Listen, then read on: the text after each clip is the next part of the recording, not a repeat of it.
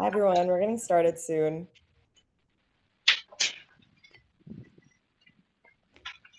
All right. Yay!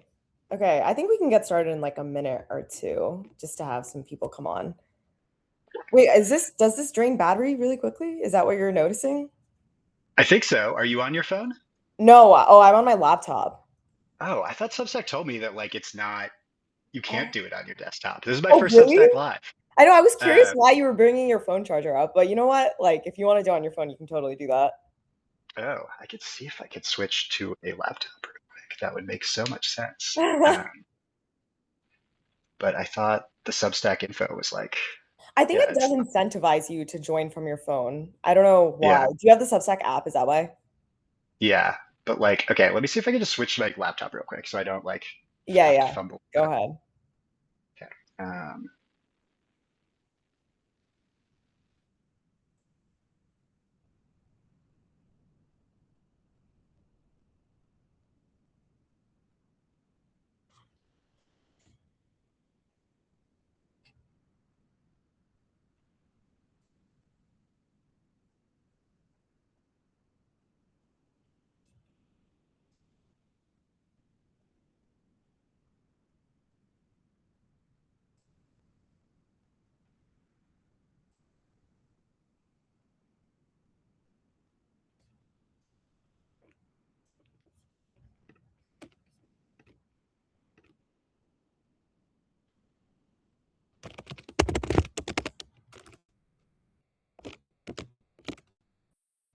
Hi all. Alex is joining very soon. He was on his phone before.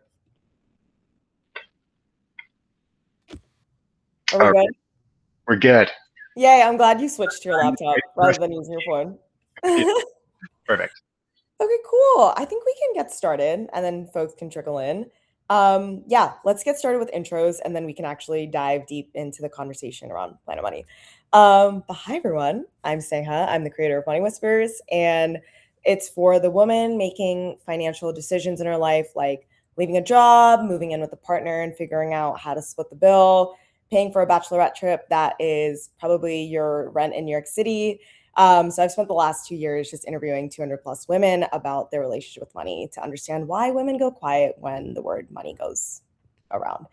And I was really excited to talk to you today, Alex, because the things I was reading in the Planet Money book were invisible taxes that just kept coming up over and over again. So I wanted to introduce Alex Mayasi, who is the author of the New York Times best-selling book, Planet Money. And he's also been a longtime contributor to Planet Money's podcast, NPR's Planet Money podcast, and also the new host of the Gastronomics podcast, which is about the economics of food. So I'll give more details about that at the end so people can follow along your journey. But Alex, I'm so glad that you're here. For one, I honestly think this book just did such a great job of making someone want to care about econ. I don't know if it's just me, but econ is a kind of daunting field, and relating it back to my life, my career, my family, love life, leisure just made me actually want to learn more about it. And the graphics were a very fun touch to make it actually very digestible. And I will say that a common theme that kept coming up for me was the economics and kind of invisible tax of being a woman building her own life in 2026. Whether it's like the sunk cost tax of staying in the wrong relationship because leaving feels like it's a losing investment, or the singles tax and how it feels like the entire financial infrastructure is built around assuming partnership, and being alone is economically penalized, or the bank teller and AI conversation. So there's a lot of topics to touch on. But before we get started, is there anything that you want to say before we get the question started? Oh no, just thank you so much for having me and for those Yeah. very generous words about the book. And I'll also say that like I can take almost no credit for the illustrations of the book, but like my personal favorite is the gambling ducks, which are part of the banking chapter. So I'm also so pleased that like this book is like full color and gorgeous and just does not look like your typical, business or econ book that you find at the airport. Yeah, those are So like so look for dry those gambling usually. ducks. Yeah. They were really good. Was Yeah. that also like a part of like Planet Money, like getting an illustrator to actually do that, get that done? Yeah, it's funny when having it was a huge benefit and superpower, obviously, to be working with Planet Money, and that there's this, huge audience that's built over time. So a lot of publishers were interested in working with us.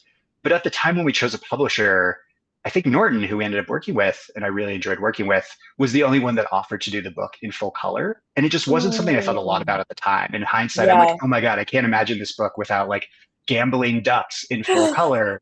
And also just like Mito, our visuals editor who works at NPR, it's just kind of insane that like we have such a good, talented visuals editor at an organization that started is like national public radio.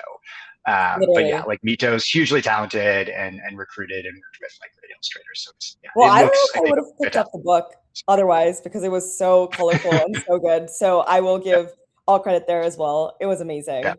But yeah, let's get started. I wanted to start with asking why you think economics, and also if you think economics is missing masses of women, because I actually think it is, but I would love to hear your perspective about it. Oh, yeah. I mean, I think for sure, and that's something that economists and the field has, been talking about. I don't know exactly how long to say, but over the past, decade or more. Um, and so, I mean, we've certainly seen like, quite like a number of Nobel Prize winners in economics over Yeah. like the past Yeah, five, I ten saw years have absolutely Claudia been women. Golden. Yeah, it was like Yeah. there was one economist winner who like basically for the NBA like got women's pay up. Was that like the Nobel Prize winner Yeah, recently? Claudia Golden. I mean, I don't think she won Yeah. the Nobel Prize for her work with the WNBA, Yeah. right? But like she is a great economist. And one of the things she did, I believe my colleagues at Planet Money or the Indicator, which is Planet Money's daily show, like talked to her about this, if I'm remembering correctly, or at least tackled the subject, was yeah, like work with WNBA players on their negotiations to work for So higher cool. pay, which Yeah. is super cool. And I think it's compelling that like the women who have won the Nobel Prize in economics, there's both been an element of like doing work that like a woman's perspective is quite helpful, right? Like where I think like Claudia Golden has, for example, looked at how um, like what has caused fertility rates to go up or down, or more particularly like fertility rates are like going down all over the world. So like what's led to them going down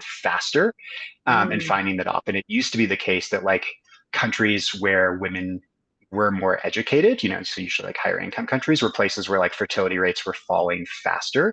yeah. And she pointed out that there's actually been this switch where now you see often the countries where fertility has fallen really noticeably, countries like South Korea, are often Oh, countries where they went from being relatively low income to being much more developed, more highly educated quite quickly. And so you have this mm, clash where you do have a lot of women who have opportunities that didn't exist a generation or two ago to have great careers, to get, college degrees, PhDs, but that like societal norms maybe move slower than that economic development happened in the country. yeah, And yeah, so you yeah. have women where they're kind of seeing like it just becomes a much bigger opportunity cost and sacrifice because of societal expectations around motherhood and sacrificing their careers and Yeah. making this point that actually like if you care about fertility rates in countries not like becoming vanishingly small over the next couple hundred years, it's not the case that like education or women having careers is the culprit. It's, if anything, almost the opposite. And like societal expectations and values of being Yeah. supportive to women keeping careers while also being mothers. But then there's also like women who have won the Nobel Prize in economics for research that's, unrelated specifically to like gender, or Yeah. something along those Well, lines. that kind of reminds me a little bit of like the trad wife versus girl boss movement that's kind of happening in the US, where a lot of women are feeling this pressure to be really good mothers and leave the workplace in order to take these gaps in their careers.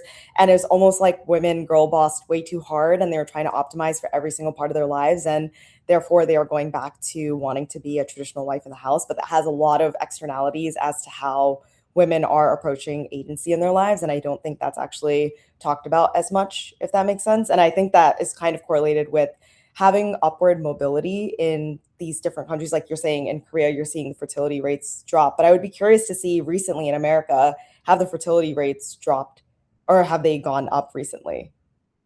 Still for sure going down. It's just like a very persistent long-term trend Yeah. around the world.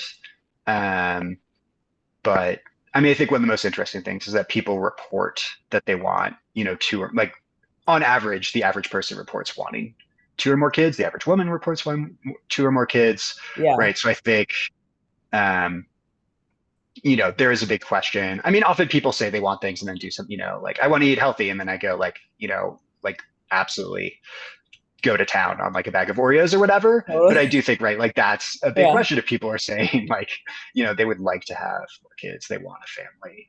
I yeah, think sometimes they're just like, oh, like no one wants responsibility anymore. Something like no one wants responsibility. And it's like, well, a lot of people seem to be quite interested in having kids and families. So family. I think there's a big role for like talking about the economics of that then, of like what's preventing people from living their kind of stated values. Yeah, well, this is actually so relevant because I think one of the best chapters, or like one of the best chapters in the book, was around the dating economy. So I feel like we should start with relationships because honestly, this is where the invisible tax and econ hits the most obviously, I think, for people.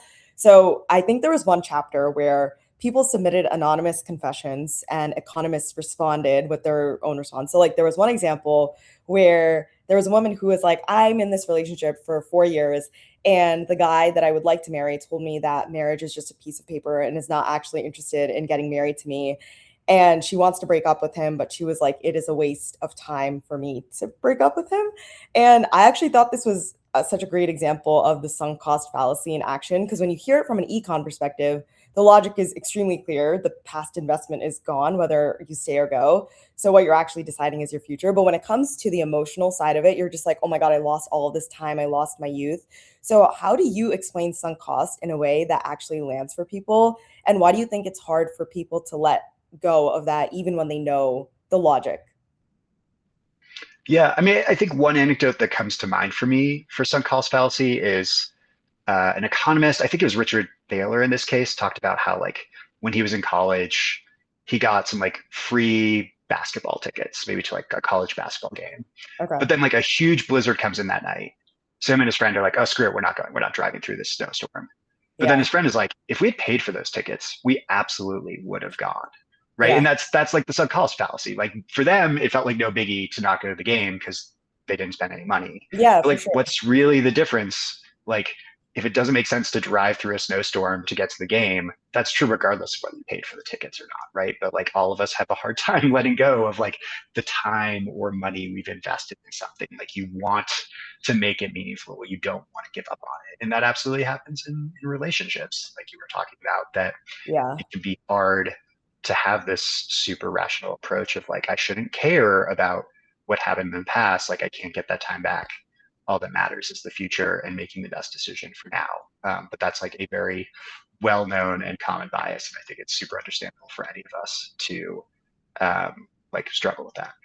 Well, that's why I find it so interesting because I think money is such a psychological thing. Like, money obviously is an object, but we put so much emotion and psychology behind it. And we like to say that it's only a numbers conversation when in reality, it's actually purely, not purely, but it is a lot of psychology of how, even when you were talking about in Planet Money, like how the economy works, a lot of it is based on the psychology of humans and this collective trust of just making banks and bank machines work, you know? Yeah, I think that's part of like why we care so much. Like partially money is like large amounts of money is often pointing to things that are really important. It's Yeah. not perfect. There are all sorts of things that are really important, like, care, like child care young parents do for their infants, or, any number of things that are really important, but aren't captured by money. But like usually when there's a large amount of money, that means that that's something that's like really important that we all care about. Because, Yeah.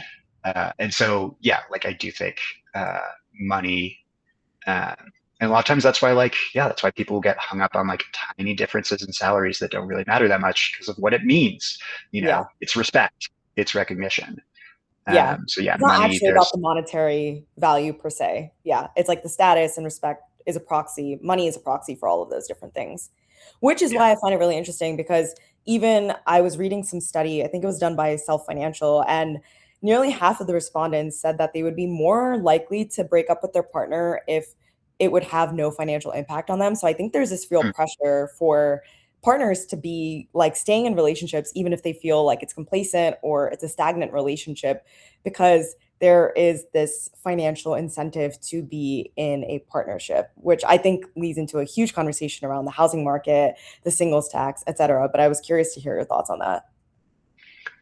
Yeah, I mean, I think I have joked uh, in the past where I was like, I'm not jealous of my friends who are married because they're married. I'm jealous because they could like buy really nice furniture because they like knew they like got a house with their partner or partmate, Yeah, and like even if, regardless of whether they're renting or buying, like that was going to be their home for a while. totally. Yeah. And like that, that's like a little bit of a joke, but also serious. That right there, these ways that like um, you know, being in a relationship often means that like, yeah, you can live in a nicer place by like pooling your rent together, but still only needing one bedroom. There are all sorts of benefits. Like I right now am like making a very modest amount of money from contract work because I'm spending the vast majority of my time watching a new podcast. Yeah. And I'm very aware that it would be so convenient if like I was married to someone with health insurance benefits that therefore covered me as well. Yeah, Um, totally. it's like kind of a like sad cliche in journalism that often like oh man, how does that journalist just like write all these books and this or that? It's like, oh, they're like married to somebody who's like high income with great health insurance. Like I just Yeah. remember someone's like advice to young journalists. They're like, marry a dentist. My wife has a very stable job, great health insurance, like highly recommend it to all of you. That's It's like so joking, but funny. not joking. Well, I still Um, remember like when I was working back at Google, one of my manager actually, I think he was someone who was saying that he and his partner, they would like one person would do the more unstable slash like more entrepreneurial route, whereas like another partner would be doing the stable career and they would like kind of switch off every 5 years. So they both got the chance to experiment. But they would also have someone that had health insurance and the yeah. ability, I don't know, just like a stable nine Yeah, to yeah. Because five. I think, I've thought about this. Like, you'll often see power couples who are in the same industry, and you're like, oh, you're not diversified. Like, oh, two Yeah. like high-powered journalists, Yeah, like that's an investor perspective for sure. some Yeah. huge hypothetical. What if something happened in journalism was no longer lucrative? Or like, oh, Yeah. even like two successful computer programmers, it's like something could happen there. Yeah. Like, don't you want to be in two very different fields? And like, I'm not actually like, oh, like, don't fall in love with that person. You need to diversify your professions. But there is also kind of an interesting way you just brought up that you could think about kind of de-risking yourselves as like a couple or whatever your kind of relationship or situation, that even if you are in similar fields, you might be able to do things like that where actually one person does the kind of like very stable thing, say like a Exactly. solid job with Yeah. healthcare benefits, and the other person does the more kind of like high variance version of the job where like maybe they're doing something entrepreneurial that like might not work out or it might hit huge, or just like a type of or maybe they're like part of that career track that's like, oh, like it often has a low salary, but then if you kind of get to X, Y, or Z certain position, the pay is quite good, and very, very high. So there's like, yeah, interesting ways that you could think about diversifying your careers like with a partner in different Yeah, I mean, ways. and also just having a partnership has so many benefits, whether it's like tax benefits, like I think there was even a stat around wealth. If you're in a partnership, you have like 3 to 4x wealth that you're passing on to the next generation versus obviously as an individual, you don't have as much wealth to pass on. Also, compounding is a huge reason that you're passing that on. And I was even thinking about because I'm in New York City and the singles tax is I saw by Zillow $23,400. So per month, that's around $2,000. And that's just for rent. And then there's insurance, then there's groceries. And I don't know, I feel lucky because my own father was someone who taught financial, like personal finance to me at a very young age. And he was like, accounting for your own financial independence is really important. But it also doesn't mean it's not expensive. And I'm curious if like the singles tax is something that economists account for or if that's actually absorbed in the data.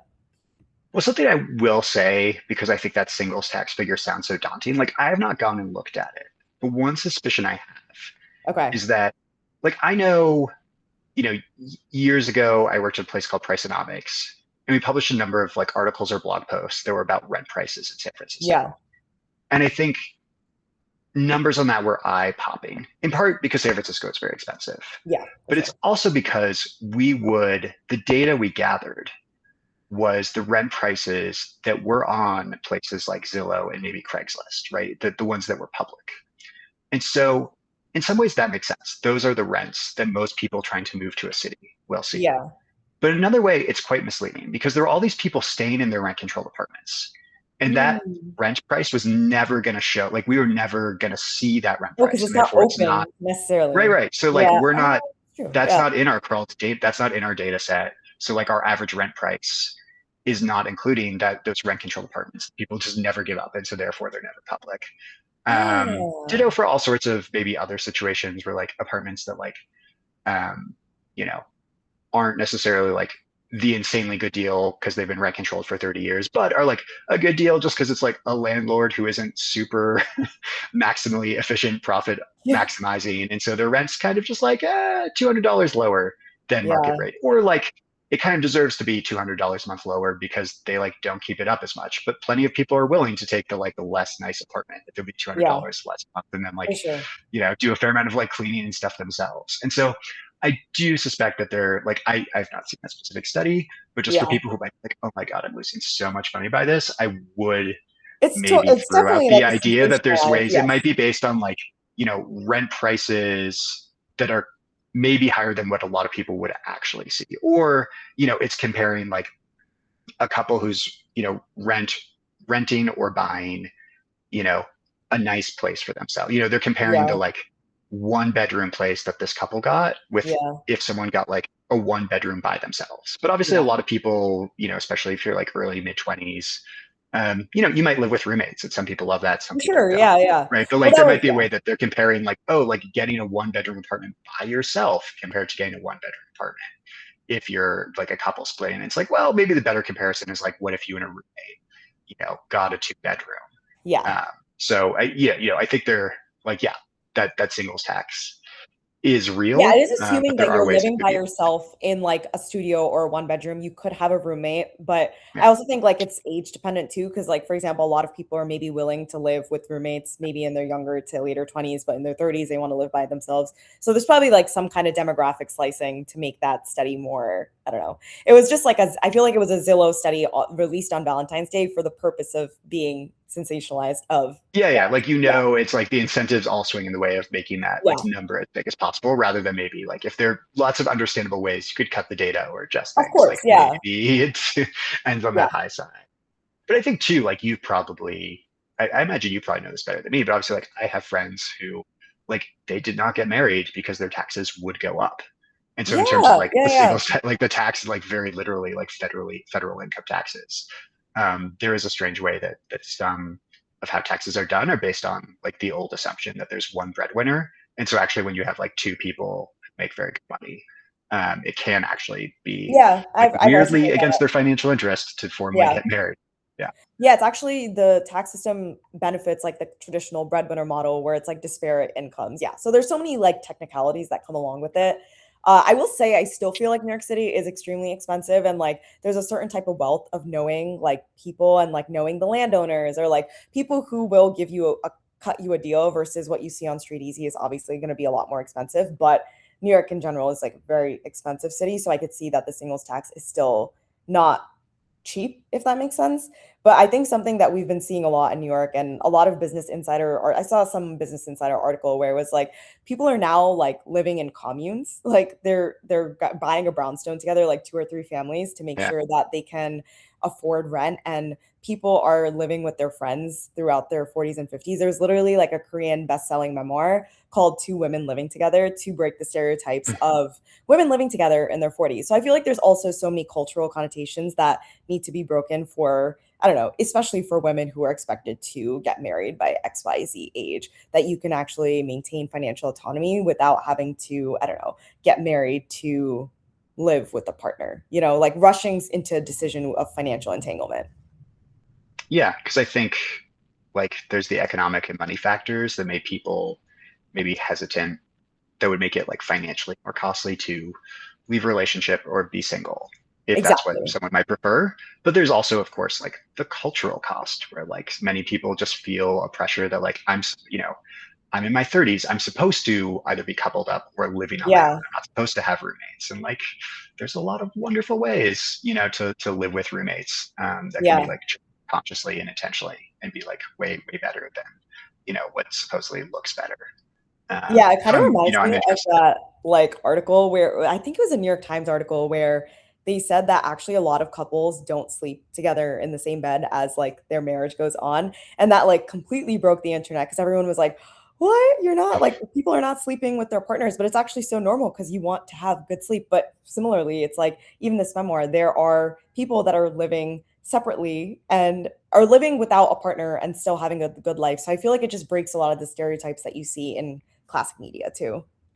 Yeah, for Yeah. sure. Well, I feel like that also leads me to my next question, which is around if partnership feels expensive to leave. I feel like work is also very ingrained into American philosophy of like that's a big part of your life.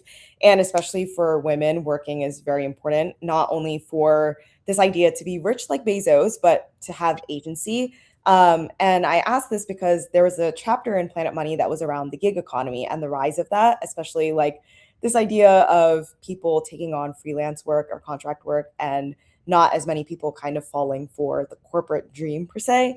And I wanted to ask you a little bit about that because I guess I'll give context for folks, but there was two examples in the book, which was one of a union worker and another for a freelance software engineer who willingly left her job to take on freelance work. And I think for some people, it really does give flexibility. It gives like the ability to go like work your own hours and I don't know, have autonomy in your work life. But I do think there's a lot of people, and especially women in the gig economy, that are not always making that choice by necessity. And I even just think about like Uber drivers, like Door Dashers, et cetera, or even caregiving like nannies. And I do think that math works a little bit differently than people who are kind of doing it by choice. And I'm curious, when you were writing that chapter about the gig economy, did you find that the experience was almost like gendered or there was a more nuanced story behind the gig economy? I mean, I think it applies to men and women. I don't think it's necessarily gendered. Yeah. I mean, I think one thing that really stuck out to me is the way that like um, I apologize, I'm blanking on the name of like an academic who put this very well, but they made this point that like it always gets a lot of press in the United States when a factory closes and that company opens Mm, a factory overseas, right? Offshoring yeah. gets a ton of press because it's just this thing you can really see. But they said like actually an equally, if not larger, and more an equally, if not larger, like importance dynamic in the American economy over the past decades has been this process where like you don't offshore the work. What you do is you take the work and you move it outside of the corporation and into contract work Yeah. or gig work, or even just like hiring, like contracting a firm, right? And so this will be like companies used to employ their janitors. Um, and because janitors were, maybe because those janitors were employees, like you know, it doesn't mean they were paying the janitors like as well as like everyone else in the company. But there was some like sense of fairness and pressure that meant that those janitors, especially companies that were like quite successful, would be making a better wage, Yeah. might be getting solid benefits. But then companies over the past decades have taken those jobs, just said, okay, we're no longer going to hire the janitors. Like that's not core to our business. We'll just hire a like janitorial company um, and just pay them the lower cost that's available in the marketplace. And a lot Yeah. of times that ends up with these kind of like, situations where you're getting like an independent contractor who just does the exact same work, but they just don't get benefits and they get paid pretty crap for it. Yeah. Um, you know, Same thing happening with all sorts of work that also seems even more just like essential. Like there's a good chance if you go into a hotel, a lot of the employees, even the ones who are like, working in the kitchen, who are working behind the desk, the cleaning staff as well, like they might not be employed by the hotel. The hotel might just be like our core competency is like our brand and our marketing and Yeah. like the running of the hotel, like that could all be outsourced to the lowest bidder. And so Yeah. then it just puts all these like downward pressure on wages. And so those people may or may not be employees, or they might kind of be almost similar to temping, right? Where it's just like, okay, you've got a job, you're behind the desk at this hotel now, but you have like no benefits, no job security. It's not a job. Yeah. Um, and so I think it's really affected like a broad swath of the economy, and it's something that like doesn't have the like optics of a factory shutting down, and so Yeah. hasn't gotten quite the same attention. But there's also versions of it that has opportunities, right? Like the software Yeah. engineer, where it was life changing for her to be able to make this choice of like feeling burned out from the job, deciding to go on like take contracts where she could work less or have more flexibility, and then also getting to a point where she like she had a side project making a video game. And it was Yeah. life changing to be able to like go down to 4 days a week with the company she was contracting with and have a day, like a full day each week to devote to this video game and then put it up, like actually finish it and create it.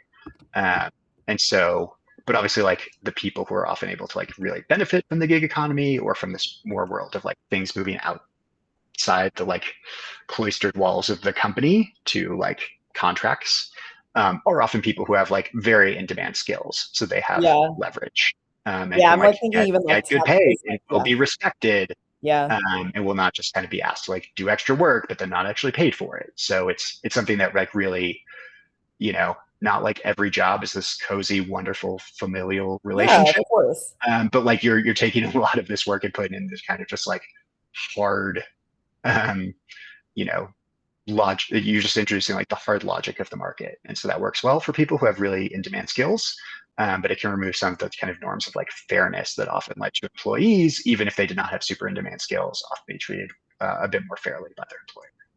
Yeah, it's interesting because I feel like the gig economy like has always existed, but now it's entering different industries also because partially because of AI. Like I was even thinking about the bank tellers example that you had brought up in the book, which is the fact that the rise of ATM machines actually didn't immediately remove bank teller jobs. It was actually like the bank teller jobs still existed, but only after a long period of time did those go down because Yeah, automation. not until like online banking. It wasn't the ATM Yeah. did not kill the bank teller. It was online banking and apps and the Yeah. smartphone that did. Yeah. Yeah, exactly. So I'm also like curious if we're just well, there's also part of me that wants to ask is do you think this is late stage capitalism or do you think this is people wanting to find true autonomy in their work because they see behind the smoke and mirrors of corporate or is it both? Is it neither? Like, I think both, right? There's definitely an yeah, element of like, like for the example we're talking about of like the software engineer for the book of like it can be this great win-win, right? Like the yeah, company she's working for, they need someone to do something very specific. Um, yeah, they need a very specific skill set. It makes a lot of sense to go get a contractor for 6 months to do this really important thing, and they're very happy to pay well for it. And then she yeah, gets kind of flexibility she wants, good pay. There's a lot of win-win. But yeah, I do think looking around economy, there are these times where it's like, I don't know, like we've optimized and efficiency too hard, maybe, right? Where it's just um, like I probably more than the average person have a lot that I like find very impressive about market economies, where like prices do their thing and organize our economy. But obviously, there are all sorts of examples of downsides and problems. yeah, And yeah, I do think sometimes when you see like private equity just keep like buying companies and squeezing, and I don't think like every private equity purchase is inevitably bad.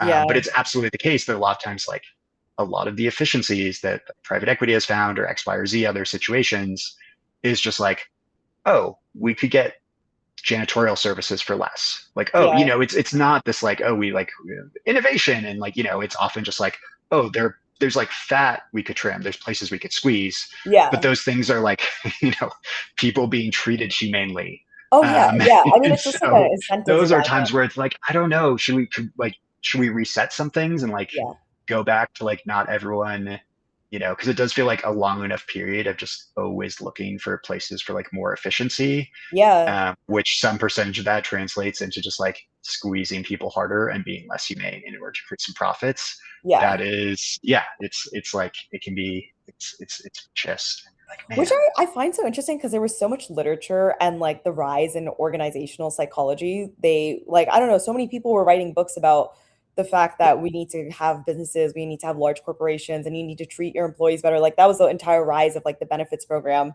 But it now feels like we're going back to lower costs, trimming the fat, the gig economy. Like when did that transition really yeah, and it happen? it also, I mean, this is something that like I want to dive into more because I feel like people will look at examples like Costco, Yeah. right? Like Costco is a fantastically profitable business, and they do it right like by like being famously devoted to getting customers really low prices at a great Yeah. deal, right? Like the Yeah. dollar, the like CEO is famously like, if anyone's just raising the price of the hot dog, like I'll like murder them. Yeah, It's like you actually, can yeah. always keep the price of the hot dog at $1.50. I think it's a Coke and a hot dog for $1.50, right? Yeah. um, and they just go to like insane lengths to keep prices low and make great profits. and they famously like pay their staff like quite well, like not just executives, right, but like people who are working in their warehouses, working in their stores. Yeah. Um, and then like the world knows about that, and then just like time and time again, like companies go hire consultants to just like cut salaries. Um, and so, I'm sure there's some nuance there, but I also wonder sometimes whether there's a level of like vibes to this that like in Mm. optimistic times, maybe there's more belief in the idea Yeah. that treating people well will actually pay off, maybe because Yeah. there's more belief in like growth prospects and Yeah. optimism about like greater and greater profits being out there. And maybe it's, I think particularly in the wake of like the 2008 financial crisis, like I don't have numbers on this. I don't know if like the number of times consultants were hired to like squeeze people and fire people and trim salaries increased dramatically after 2008, or if I could really put like data to this. But Yeah. that's kind of Really like a interesting. hypothesis I have for sure, that there's some level of vibes for this, that people might kind of be like, oh yeah, we could be like Costco, we could be like X, Y, or Z company that's famous for like paying quite their employees quite well, or like Henry Ford back in the day famously like paid his employees very well compared to the norm because he believed it would be good for business. But I think Yeah. like, Henry Ford was operating in this day where everyone was like, the future is going to be amazing. Like we're like, okay, we've got the Model T right now, and then it's going to be flying cars. Yeah. And in, like post 2008, that's just kind of like the vibes are bad. And certainly that's, there's a lot of that today too, other than like Yeah. the Too big pocket to of fail. AI Yeah. super Yeah. optimists. Yeah. Maybe there's kind of like, yeah, maybe I kind of like theoretically believe that paying better wages and treating people better would lead to happier employees who are more motivated to help the company and do a good job. But actually, I'm not such a believer in the prospects of the American economy right now for growth. And so I'm kind of just like, cutting people's wages, like that money is real. Like the Yeah. other stuff is hypothetical. I don't know if I believe in it. Well, that's funny that you said post 2008 financial crisis because I think there was a boom in tech. Like, I feel like I entered the job market right when tech was starting to not be as sunny. But during the 2010s, like Silicon Valley was going crazy. So it feels a little bit industry specific. Like, they were paying their employees crazy. They were making it feel like going to work was like a playground, which is also a completely different conversation. But I wonder if it's also based on the industries that are incentivized to do very well. Like, Google was literally working on so many cool social impact projects even during 2010, and now it feels like the entire shift is to be pushed towards AI, right, which is supposed to be the money generating machine. Yeah. And for sure, like tech was a place where people believed in progress. Like people were very Exactly. Yeah. optimistic. Like It was companies exciting were to be in tech. starting and making huge profits. And so you saw Yeah. that like there was a war for talent. And like Google was not like, I mean, I guess I don't know this for sure. Well, I don't think Google pretty clearly was not like employing consultants to like pour over the wages paid to their employees and being like, are Yeah. we overpaying? It was just like, no, pay people, get great people. Like it's all Yeah, it going to was work. like it's almost like you want to get the talent and you want to keep that talent. It's like almost like a retention mechanism, right? Yeah, it was like the very danger is not overpaying to get great people. Exactly. But then in other parts of the economy in 2010, right, like prospects were very dismal. People were very like pessimistic. And so that's where you just had all sorts of industries where, yeah, like it was much more common to like, whether they were in-house or consultants bring in, like, okay, like where can we cut? Yeah. Because that's what people felt like they could do. Yeah, well, this kind of like leads me to also talking about AI in the workplace. And I think the idea of AI replacing versus enabling, where do you think we're going in terms of that? Because I think there's a lot of sensationalized headlines around AI replacing everyone's jobs. Like, I have software engineering friends where they're like, I feel like it's going to replace my job, but I almost see it as like similar to the bank teller example where the jobs are just going to shift to different skills. I am very worried about critical thinking skills, but that is a different conversation, Yeah. I think, entirely. But at least in terms of jobs, like, what do you think in terms of AI replacing jobs? Yeah. I mean, I think I can maybe offer a few things. I think Yeah, one thing that's maybe interesting to share is that um, a lot of economists, when let's say let's go back not that far a time to when, yeah, ChatGPT has been out for like a year. So there are people in Silicon Valley who are like, all the jobs are gone in like 10 years or whatever. They're like crazy yeah, predictions. I think a lot of economists were like, eh, like there were quite prominent economists for being like, I think it's either like not going to be that much of a big deal at all, or like, maybe it boosts GDP, but like 0.5%, like that'd be a big deal. And there's some disruption.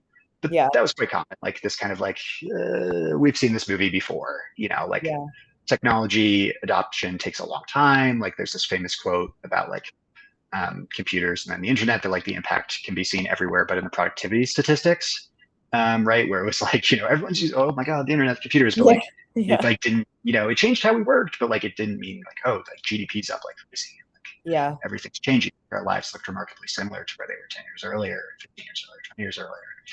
But I feel like quite a few of those economists, like there is, I think the way the models have improved, like what we've been seeing, quite a number of those economists have kind of like adjusted their forecast or the way they're talking to be like, yeah, there maybe is a world where like we get 10% GDP growth, increased GDP growth on the high end, or like this could be quite impactful.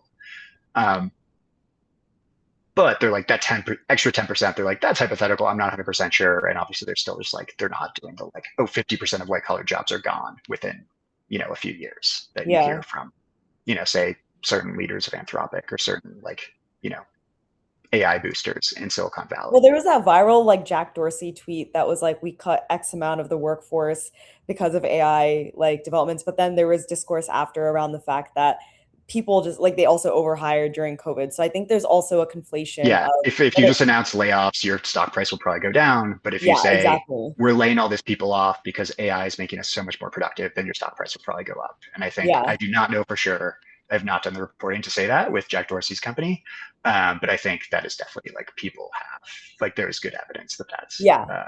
what's going on in at least a good number It's of I these think it's a general cases. fear mongering around the AI stuff, which I think there's parts of it that are very like valid in terms of fear, but there's also the conversation can get muddled very easily. Yeah, and I think this is kind of like a just like one simple thing we could talk about with this question of automation and AI. Like we talked about like, why the ATM, like the automated bank teller, a machine built to automate the role of bank tellers, Yeah. did not actually lead to mass unemployment of bank tellers. Like for decades, Yeah. the number of bank tellers stayed steady. If anything, it went slightly up. And one thing that's going on there, right, is that economists, there's a line that like automation, like technology often automates tasks, not Yeah. jobs. So, you can find cases where like the machine actually does one-to-one replace someone's job.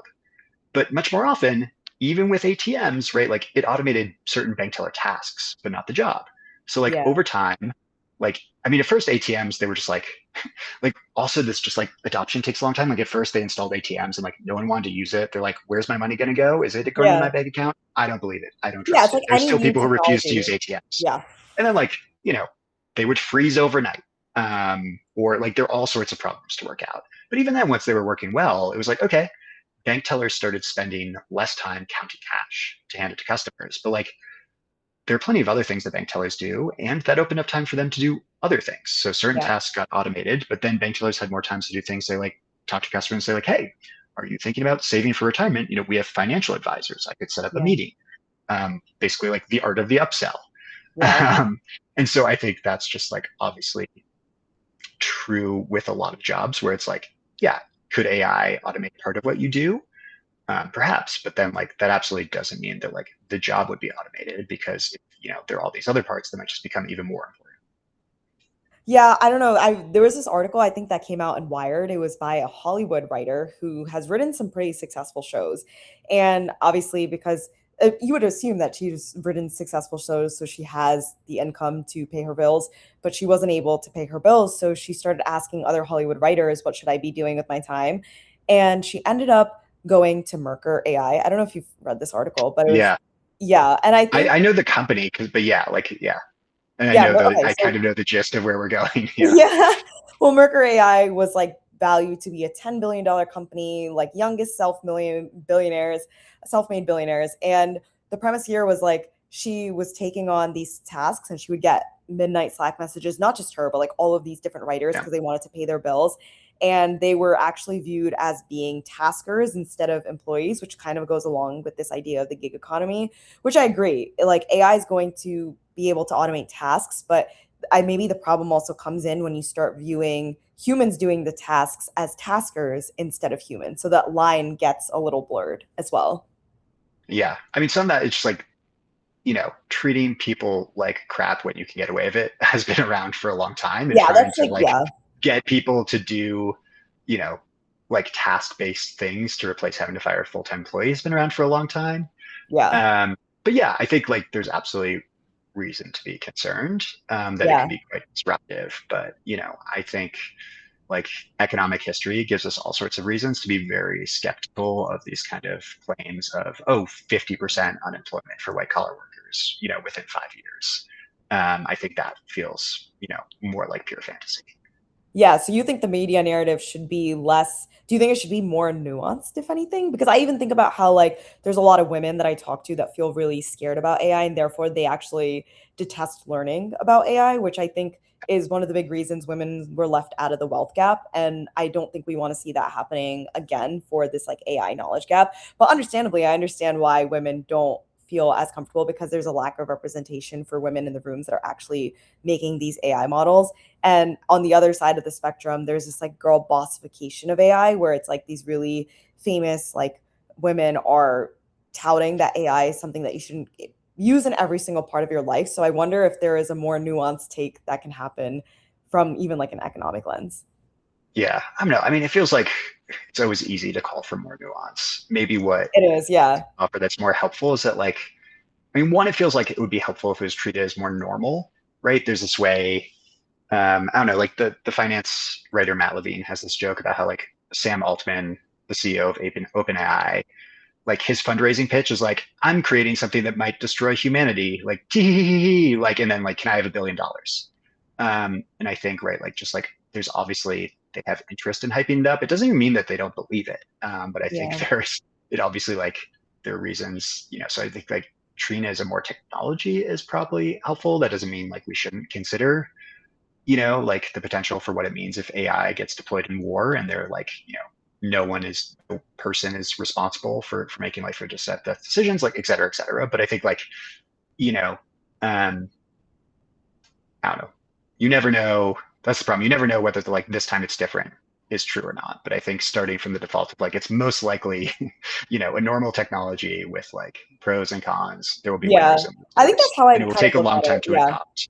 That would be helpful. I think maybe what was I thinking? It's like the other piece that I wanted to mention. Um, I guess I was also thinking about there's this kind of famous line related to like the stock market, investing, and finance that like the stock market can remain irrational longer than you remain solvent, right? So like you Mm, might, yeah. you might have this idea that like, oh, like this thing happening in the stock market is absolutely insane. But if everyone else believes the crazy thing, you might go bankrupt before you're vindicated and make a Yeah. lot of money from your bet.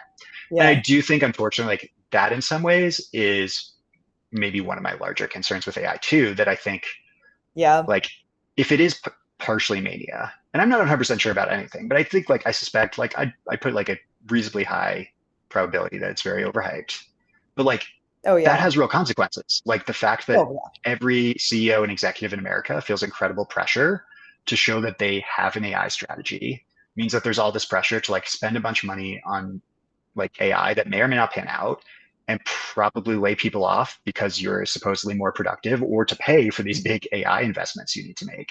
And that absolutely can hurt people. And I think in some ways, like, yeah, I'm both concerned about people being hurt in the short term by AI, even if it like never pans out and really causes it like these hypothetical job losses might not happen, but there are job losses happening right now just because of Yeah. people's beliefs. And then like even from like a skeptical take, you can imagine certain sectors being hit hard A by lot more. Yeah. AI and automation from AI in a way that's just, those certain industries are really hit hard. That makes it hard for workers to adjust, especially ones who are older, don't have that flexibility to just like, retrain, move to a different city. And so I think it is like, I wish our government was, I wish a lot of things about what our government was doing, but I think I wish one of them was just like more thinking about like, okay, what would our response be if there are really big disruptions to certain Implications for industries, and how could we support workers in those cases? yeah, that kind of reminds me of there was, did you read the Citrini research, like global intelligence report? It was the viral Substack Yeah, that basically talked about AI being like gonna completely change the world. And it literally caused like, I think it was like a stock market, not crash, but like it caused people to feel a certain way around the stock market. And then there was so much discourse that happened after in terms of being like, people being like, this is actually completely overhyped.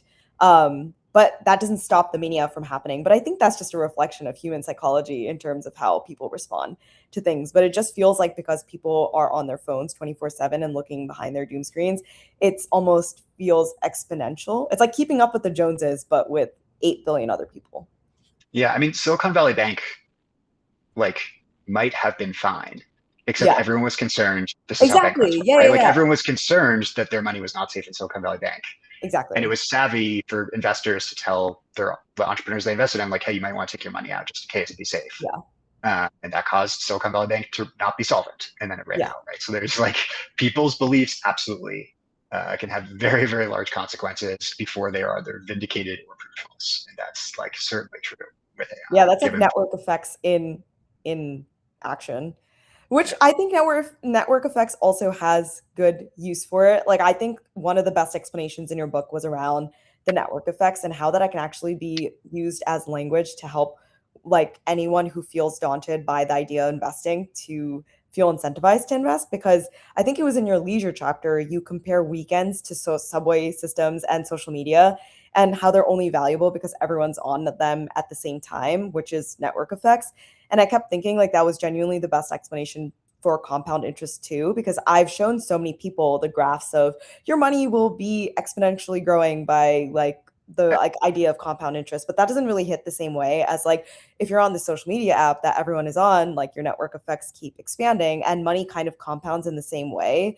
But it almost feels like we're not the messaging is almost completely wrong because we show people this exponential graph instead of saying you already understand this. Like you've been compounding your other forms of capital, like social capital, your entire life. Does that make sense?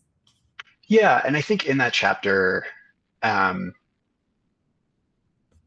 maybe in that chapter or a different one, now I have to think about it, but like Yeah. one thing I talked about, right? Like compounding interest, super important. It explains like how you save for retirement. It just like always breaks our brains. Like it's more powerful than you expect. You know, Yeah. saving money over like 5 years compared to saving over 30 years. It's just like crazy how much more your money will grow.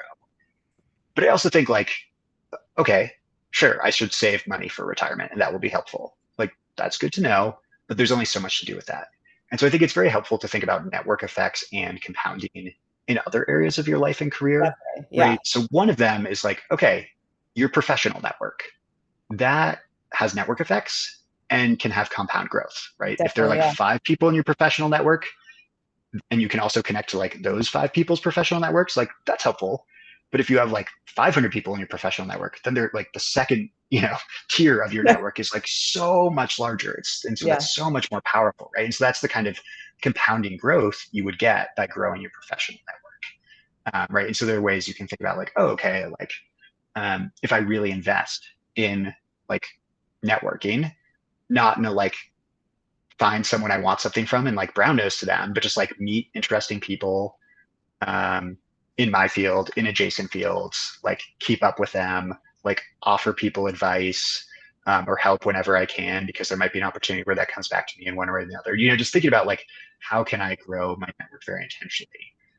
That can just be one of those things where it's like, yeah, at first you just graduate from college and you barely know anyone, but Yeah. then like if you don't put no effort into it, like you'll barely have any like professional network 20 years down the line versus Yeah. if you're like and it can be quite enjoyable. And if you spend, years like really being proactive about staying in touch with people, meeting people, trying to Definitely. Yeah. offer people benefits whenever, be helpful to people whenever you can, because that will help extend your network, make people want to stay connected with you, then like that means that, 10 years in the future, like your job search might be so much easier because there are all these Yeah. people That's a who want different to type help of you find wealth a job completely. or tell you Yeah. about a job opening or, any number of different opportunities or, you're whether you're in a job or you're an entrepreneur and there's something you need to figure out or you need a connection to a certain person, you really need to get in touch with a certain person or you're looking for advice, like suddenly the amount of people who could help you figure Yeah. that out is so much more. So I think there are these other ways, yeah, that like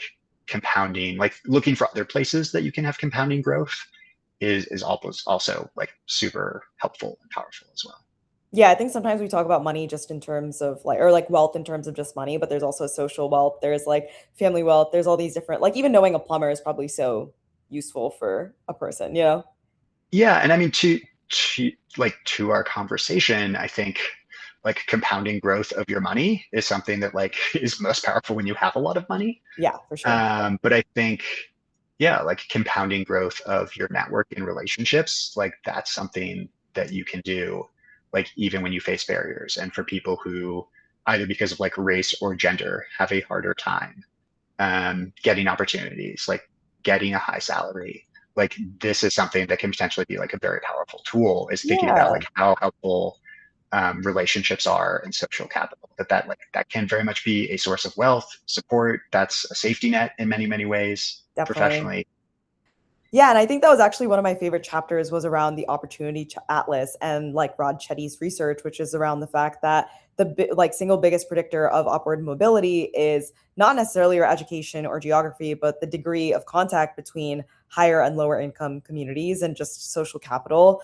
And it's a big reason of why I'm building Money Whispers and like trying to bridge the gap of different conversations around money, and also why I love Planet Money because it makes economics and money so fun and digestible so people can actually have these conversations. So I feel like that was a very hopeful chapter as to like making sure that it's not just purely about money. It is also about just like, I don't know, talking to people and different types of people as well. Yeah, for sure. And Yeah, like those, yeah, those networks that contain information and opportunity, like it's there as well. Yeah, and exactly. those connections. Yeah. Yeah. Okay. Well, this was so fun, Alex. Thank you so much for coming on. And thank you all for being here.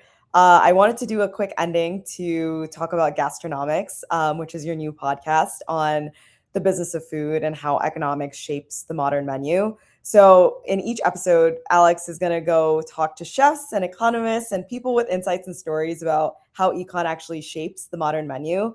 And it's for people who love food, including myself, people who work in food, which I know a lot of, and for people who want to better understand business and economics and do it by talking about food. So, a few episodes that he's going to be releasing soon are one, how Michelin restaurants do free R&D for chains like Applebee's, two, the secret life of the Domino's pizza tracker, and three, the rise of Aldi and why it's the biggest change to grocery stores since Walmart. Actually, when I saw that title, I thought it was so interesting because we have an Aldi near home.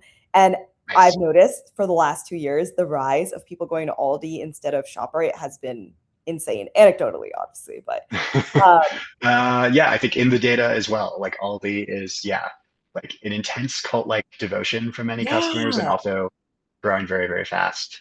And yeah, thanks so much for sharing about my new project. I am like doing this like independent and self-funded, so I'd love people to check it out. And the Pizza Tracker episode is live now, so please do exciting. I'll check it out. go listen. Yeah, and I will put the link to all of this in the comments so people can go follow it.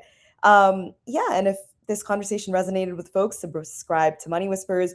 Go and read Planet Money's book because I read it in like 3 days. It was phenomenal. Yeah, and this is exactly the kind of conversation that I'm trying to create more of. So thank you so much for coming on, Alex, and thank you for everyone coming on. Yeah, thanks so much for having me and your interest in the book. And yeah, major kudos with what you're doing with Money Whispers. Thank you so It's much. great. All right. Awesome. All right. I'm going to end the live now. All right, thanks everyone. Of It's great course. talking.